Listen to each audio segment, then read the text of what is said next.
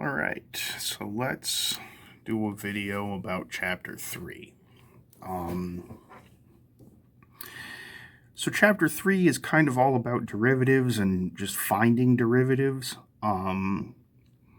There's one thing in here that's related rates, and I don't know, in my mind this kind of fits more into Chapter 4, which is applications of derivatives. But, well, it's in Chapter 3. So we'll talk about it in Chapter 3. But other than that, all of this stuff is basically just about finding derivatives.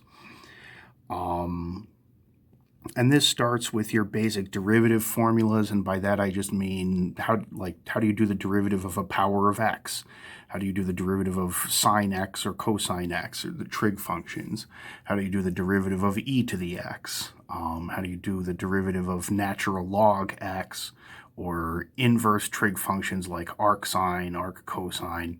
That's what I mean by derivative formulas. You should know those. And then we have these rules for combining things, like chain product and quotient rule. Then we also have implicit differentiation and, like I said, related rates. Okay, so let's start. And I'm not going to do anything that basic. I'm not starting with anything super hard, but I'm also not starting with anything super basic either. Something super basic would be just like asking you, what's the derivative of just plain x squared? Or what's the derivative of cosine x or something? That's going to be too basic for me to put on the final. I'm going to put down something where you have to use your derivative formulas, but you're going to have to use at least one of these things, either the chain rule, the product rule, or the quotient rule, on pretty much anything that I give you. Anyway, when we do this, what you always hear me say is, what's the big picture? And what I mean when I talk about the big picture is like, what rule am I going to use? And I have the chain rule, the product rule, and the quotient rule. So it's really a question of, if it's a chain rule, then I should see like a function that's plugged into a function. The chain rule is like doing the derivative of f of g of x. The product rule is if I see a function times another function, and the quotient rule is if I see a function divided by another function. That's what I mean by the big picture when I talk about it. So the big picture for this one, I would say, is I see a function times another function. I see this one times this one. So that I'm going to use the product rule. Okay?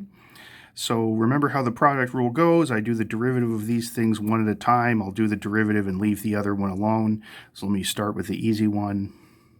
Derivative of x squared is 2x. And then there's going to be another term where I leave the x squared alone, and then I do the derivative of arcsine. This is something that you should just remember. The derivative of arcsine is 1 over this. And that's it. You just have to know to use the product rule, and you have to remember how to do some basic derivatives. Okay. Next one. What's the big picture? I don't see, like last time, I don't see a function times another function, so I'm not going to use the product rule. I also don't see a function divided by another function. So, well, there's one thing left, and that's the chain rule. And that makes sense because I do see a function plugged into another function. This is like f of g of x, where f of x is the square root function and g of x is x squared plus 1. So maybe because we're going back a ways, I don't always do this, but let me rewrite the square root as a 1/2 power. By now, most of us know how to just do that in our imaginations. We know that this is a 1/2 power, but sometimes it helps to look at. Anyway, the outside function is the 1/2 power, so I do the derivative of that. And so basically, I'm going to have something that looks like this, because to do the derivative of a power, you bring the power down, and then you subtract 1 from the power, and 1/2 minus 1 is negative 1/2. And what goes inside here is the same inside. And then I multiply by the derivative of that inside, which is just 2x. And normally I don't worry too much about simplifying, but I can't stand seeing that 1/2 and that 2 right next to each other. So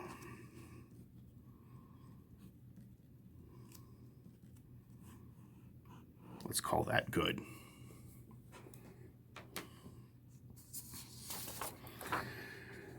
Okay, next one. What's the big picture? Well, right away I see a function divided by another function. So the big picture is quotient rule.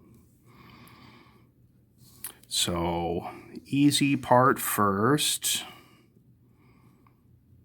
The bottom gets squared. Now let's talk about what goes on the top. It's low d high minus high d low. So bottom times the derivative of the top minus the top times the derivative of the bottom. And yeah, you know what? I said this last time. Usually I don't worry too much about simplifying, but I do see something that's going to cancel. Like if I distribute this, I'm going to have an x e to the x plus a 1 e to the x, and then here I have a minus e to the x.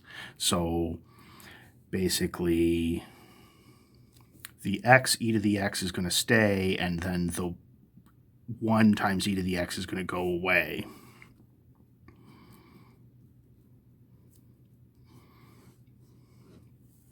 So I've got that. Okay, let's do more. So for the last two, it's like one level harder than the previous parts. The previous parts were all just, you just have one rule to use. Like in the first one, we just used the product rule. We did not use the chain or quotient rule. In this one, we just used the chain rule. We didn't use the other two. And the last one we did, we just used the quotient rule. We didn't use the other two. But in parts D and E, there's going to be multiple rules that we have to talk about. This is why it helps to talk about the big picture, because there might be, this is very general and vague, but there might be a big picture and then a bunch of little pictures that we have to figure out. Like the big picture might be something like the chain rule, but then when we're doing the chain rule, we might have to do a bunch of little product rules. And I'm not going to give you anything that crazy, but there might be more than one level to what I give you. So let's just talk about this one. What is the big picture? The first thing I notice is I see a function times another function. So I would describe this as product rule. I would say the big picture is product rule. Now, let me, because we're reviewing again, let me really, I'll take one step more than what I normally would, just to really show my work here. I'm doing the product rule. I've got this thing times this thing. And how do you do the product rule? I do the derivative of this one, and then I leave this one alone. And then I would have another part where I leave this one alone, and I do the derivative of this one. And I wrote that down, but I didn't actually, in a sense, I didn't actually do any derivatives. I just wrote this, which literally means the derivative of e to the x. And I'm not even thinking right now about what the derivative of e to the x is. I'm just sort of carrying out the product rule without worrying about what it is. Of course, I'm going to have to worry about what it is eventually. Well, and when I say eventually, I mean right now, I guess. So, next step. Derivative of e to the x is e to the x, of course.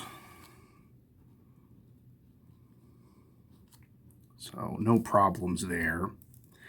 Now, here I've got e to the x times, okay, now I have to think, what's the derivative of sine of x squared? And this is kind of like what I was talking about the big picture and the little pictures. The big picture was the product rule, and we carried that out, and that's like this.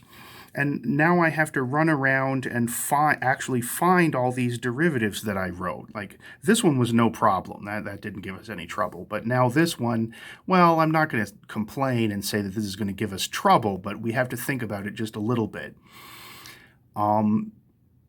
This one is not something that we have a memorized formula for. This is something that I have to use a rule for. And so I can take a step back, look at this, and say, what's the little picture here? Here, I would say that this is a chain rule because I see a function plugged into another function. It's like f of g of x, where f of x is sine and g of x is x squared. So how do I do that? I do the derivative of the outside, and then I multiply by the derivative of the inside. And I don't want to make anybody mad, but I'm not gonna actually do it. I'm gonna do that on the last step. I'm gonna save that for another step. I'm just pointing out that you don't have to do this all at once. Some people, if you're gonna make a mistake that you're gonna make is probably trying to do too much at once and getting overwhelmed.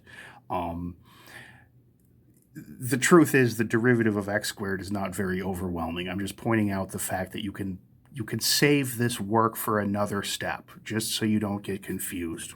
Anyway, let's finish this off.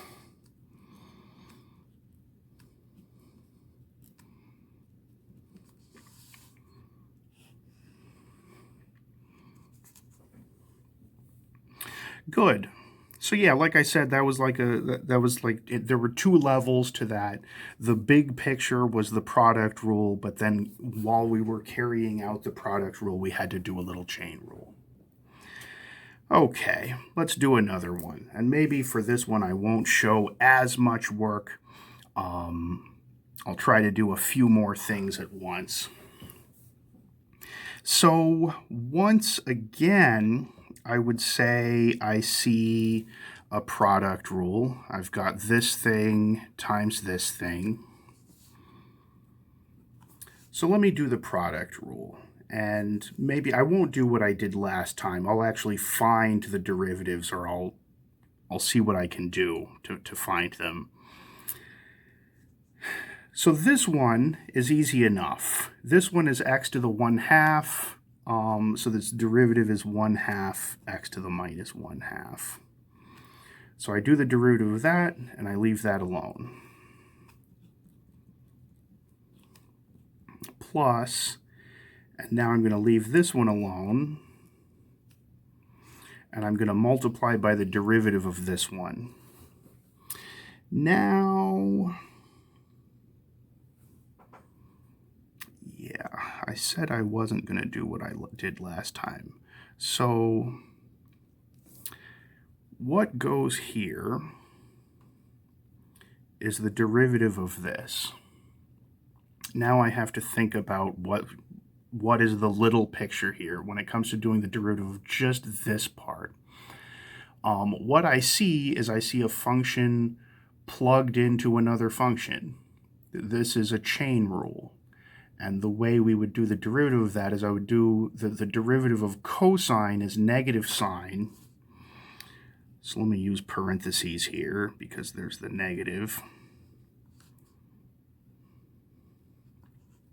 the derivative of cosine is negative sine, and this should have the same inside, x e to the x, right? And then you multiply by the derivative of x e to the x. And I guess, why don't I try to just do this one all at once? This might be just a one-step problem if I pull this off. I'm almost there. I just have to multiply by the derivative of x e to the x. That is a product rule. And that's not too hard of a product rule either. So derivative of x is 1. Derivative of x is e to the x. So we're like that. And let's call that good.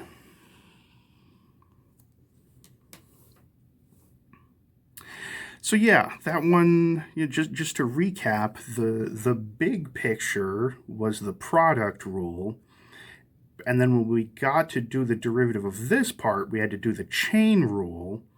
And then when we were doing that chain rule, we had to multiply by the derivative of the inside, which was another product rule. So it's like a product rule within a chain rule within a product rule. But it's not overwhelming if you take it step by step. And you don't have to do this all in one step like I did. You can sort of use a method like we did last time.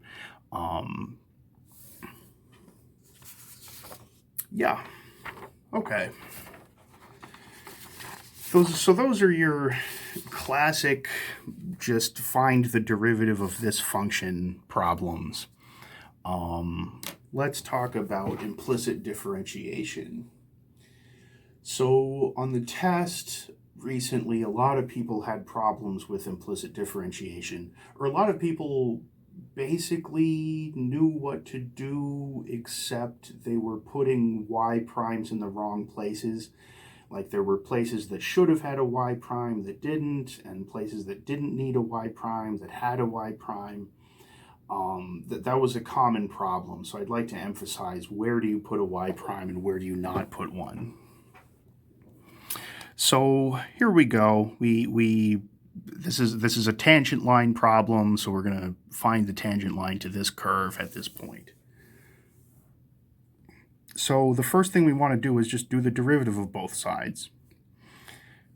So what I have here is a product rule.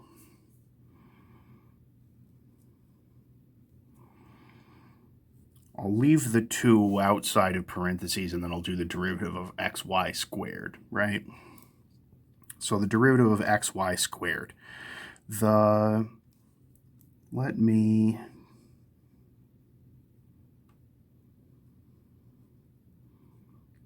write it this way.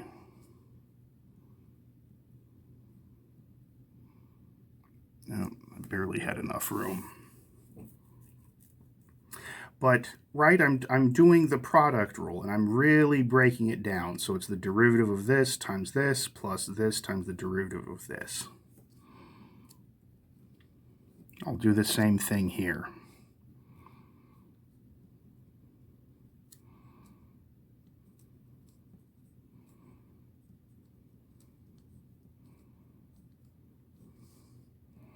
And that equals, of course, the derivative of 5 is 0. Okay, so how do we do this?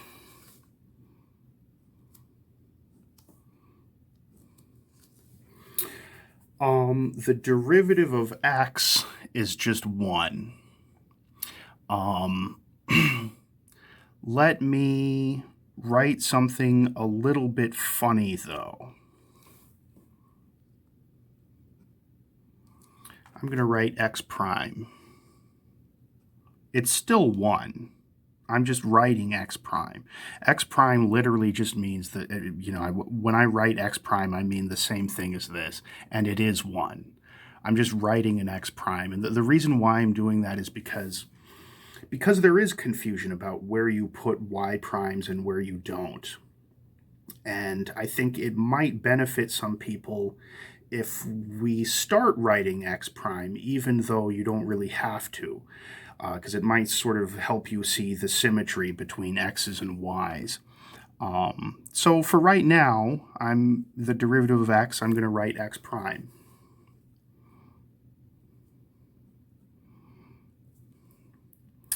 Now for this, the derivative of y squared, this is like the chain rule. So the derivative of y squared would be 2y times the derivative of y, which I'll write y prime.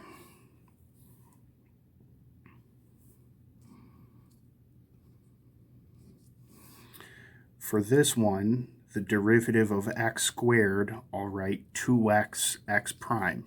Just like when I did the derivative of y squared, I wrote 2y y prime.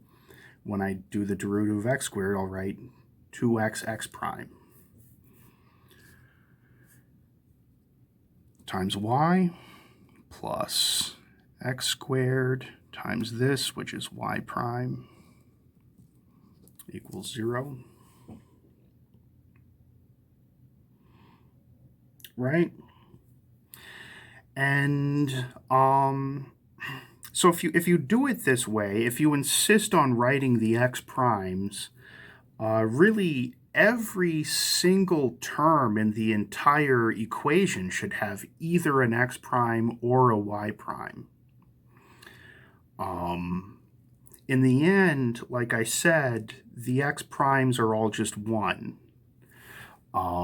So in a way, once you get used to doing this, you won't write x prime anymore because it's a little bit silly. But what I'm trying to emphasize is that you can write the x primes there, and it might help you realize where the y primes go, is thinking about where the x primes would go if the x primes made a difference, which in the end they don't.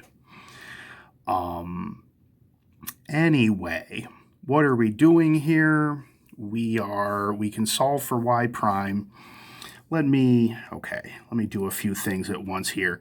X primes are all 1, so this is going to be 2y squared plus 4xy y prime plus 6xy plus 3x squared y prime equals 0. I'm going to move these two things over to the right. I'm going to keep these two things on the left, and I'm going to factor y prime out.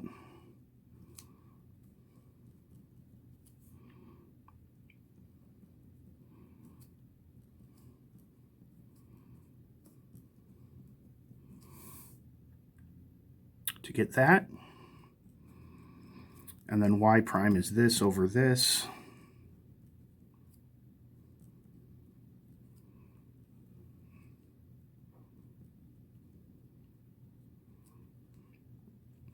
Of course, yeah, I'm getting myself in a little bit of trouble as usual. Let me cordon off a little corner there so I can actually finish the problem, because I have to find the tangent line. But I'm almost there. Actually, maybe I'll just use this space. At the point 1, 1, this is going to be, okay, I'm lucky because plugging in 1 is easy, negative 8 over 7. So the tangent line is given by y minus 1 equals negative 8/7.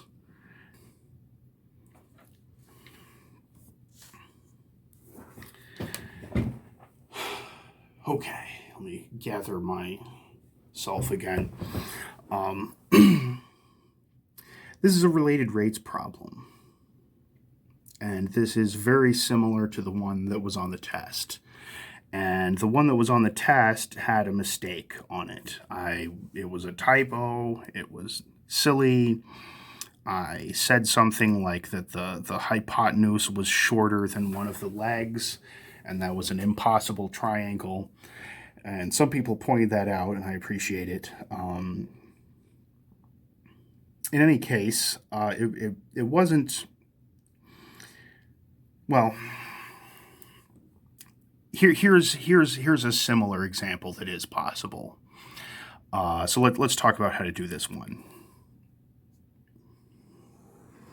So we have these 3 points, and point A is moving towards C at 2 meters per second, and point B is moving away from C at 5 meters per second. We want to talk about the rate of change in theta when AC is 3 and BC is 2. So, right. This question is primarily about 2 distances and this angle. We know if I call this distance y and this distance x, like I know the rate of change of y would be -2, right? And I know the rate of change in x would be +5 because it's moving away from C. And we want the rate of change of theta when y is 3 and x is 2. So it makes sense for me to label these and give these 2 names. And if I'm also interested in theta, I would like to write down an equation that relates theta and y and x. So which trig function involves the opposite and the adjacent? It's the tangent. Tan theta is opposite over adjacent. So there's our equation. Now what I want to do is I want to take the derivative of both sides. So the derivative of tan theta would be secant squared theta times the derivative of the inside.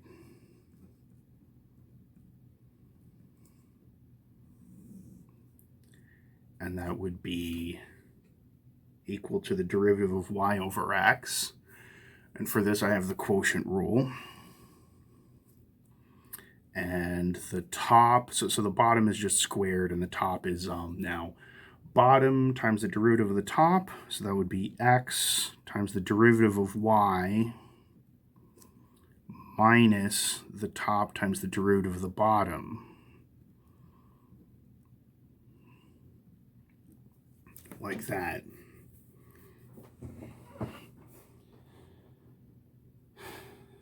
Okay. Now what I want to do is I want to plug in values that are valid at the instant in question.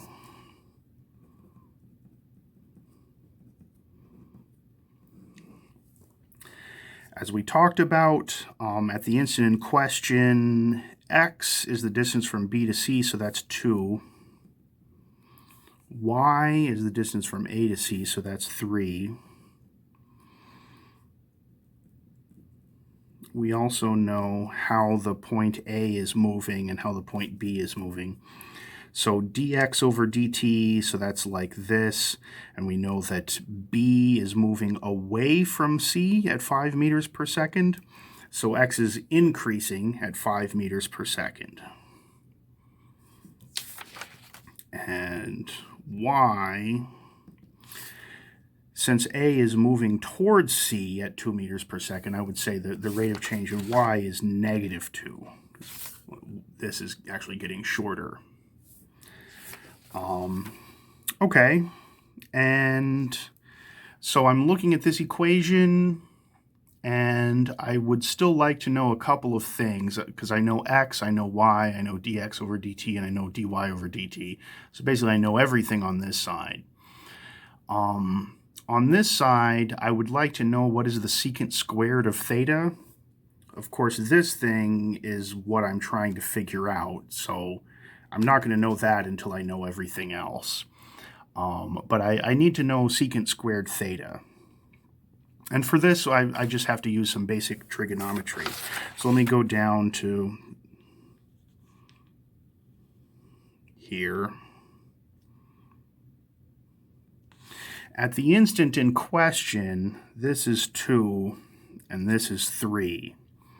And if I use the Pythagorean theorem, I'm going to get that this is 9 plus 4 is 13.